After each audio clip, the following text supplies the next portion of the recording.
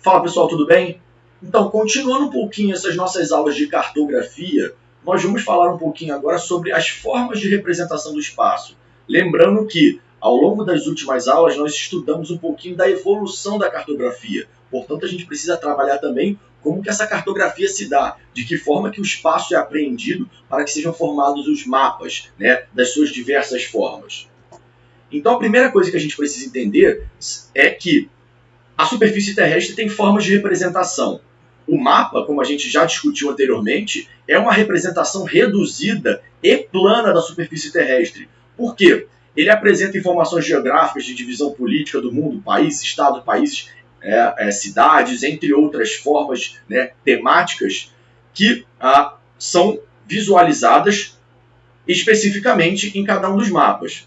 Nós sabemos que o planeta Terra tem um formato esférico, geóide, né? E esse formato geóide impossibilita o tratamento e a utilização de uma representação plana. Por isso que a única representação em escala reduzida 100% correta do planeta Terra é a representação que a gente utiliza como globo terrestre. Todas as outras representações, elas são pautadas por uma série de recortes que, obviamente, vão potencializar algumas informações e transformar outras informações em informações não utilizáveis, porque nós precisaremos fazer distorções.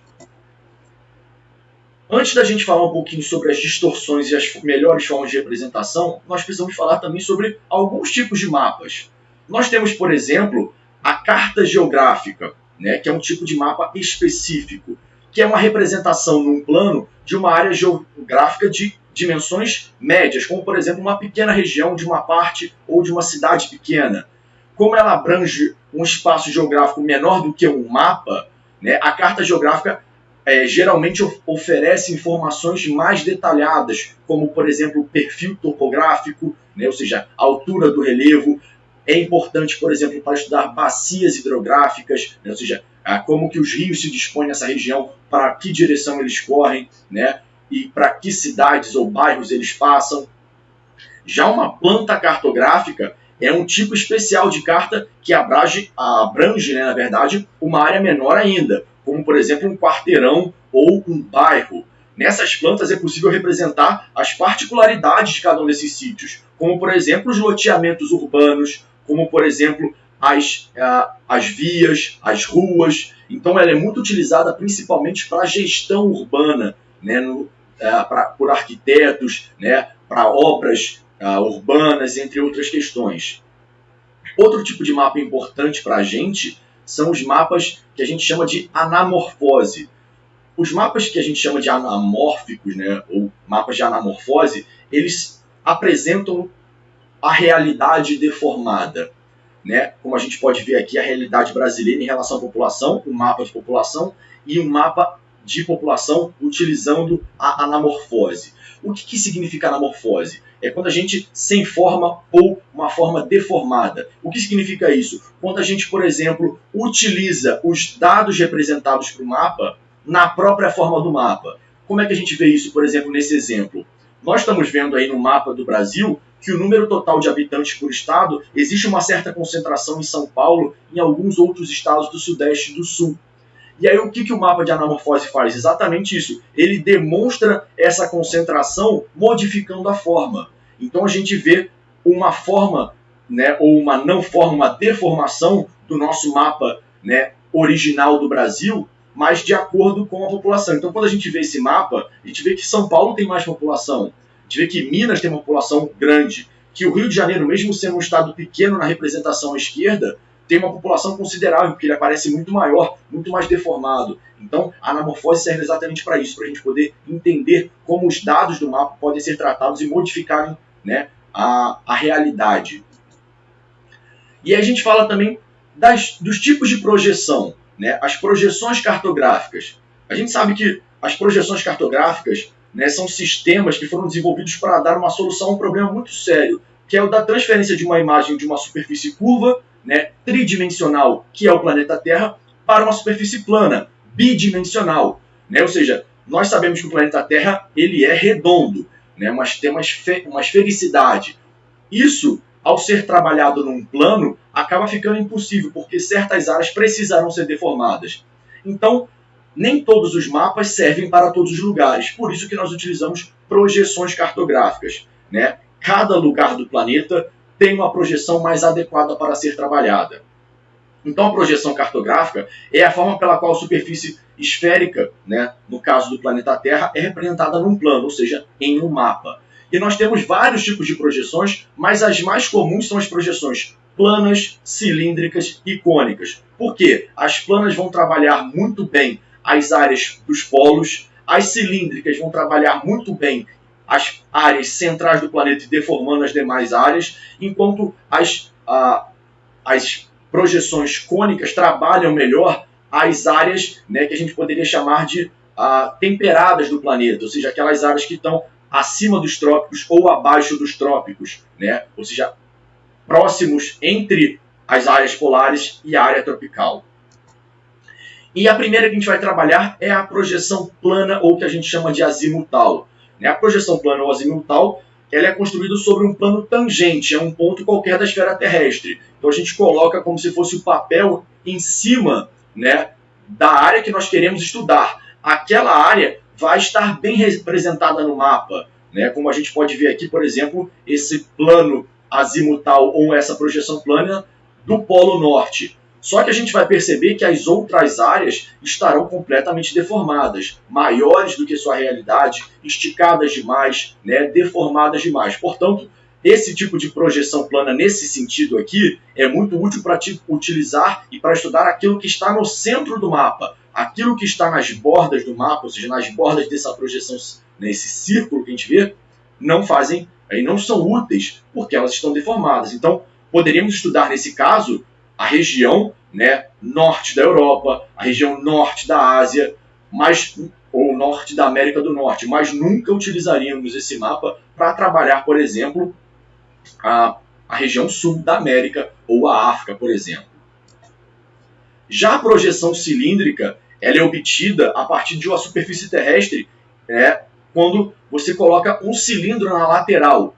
Né? Como é que a gente vê isso? A distorção vai ficar concentrada nos polos, nas áreas ao norte e ao sul. Portanto, essas áreas centrais vão ter pouquíssima distorção, portanto, serão melhores utilizadas para o estudo. A gente pode ver, né, que esse tipo de projeção é o mais comum e utilizado nos mapas escolares. Por quê? Porque grande parte da superfície terrestre, né, da superfície continental terrestre, está, né, nessas áreas intertropicais. Então, grande parte dos mapas são utilizados a partir dessa projeção. As áreas mais próximas ao Equador, então, possuem suas formas mostradas com maior precisão, enquanto as áreas mais próximas ao polo são distorcidas. Esses tipos de projeção cilíndrica podem ser uma projeção cilíndrica conforme, que conserva as formas dos continentes, direções e ângulos, mas altera as proporções, ou seja, vão parecer maiores do que são na realidade, ou podem ser equivalentes, quando elas preservam o tamanho real da superfície representada, mas não mantêm as formas, ou seja, as formas elas vão se distorcer, né? As direções e os ângulos vão se distorcer. Por exemplo, nós temos aqui uma projeção, talvez a mais conhecida de todas, que dá base ao que a gente chama de mapa mundi, que é a projeção de Mercator, uma projeção cilíndrica, né, bastante utilizada, né, para navegação marítima. Então, por isso ela foi difundida como a base do mapeamento do mundo como um todo. Neles, nós podemos ver que os paralelos e meridianos são retos e perpendiculares. Quanto mais perto dos polos, das altas latitudes, a gente tem uma maior deformação, como, por exemplo, a gente pode ver na Groenlândia e na Antártida. E ela, obviamente, evidencia o mundo desenvolvido. Afinal de contas, ela foi feita por europeus para representar as navegações feitas por esses europeus. Então, ela conserva a forma dos continentes. Portanto, ela é uma projeção cilíndrica e conforme.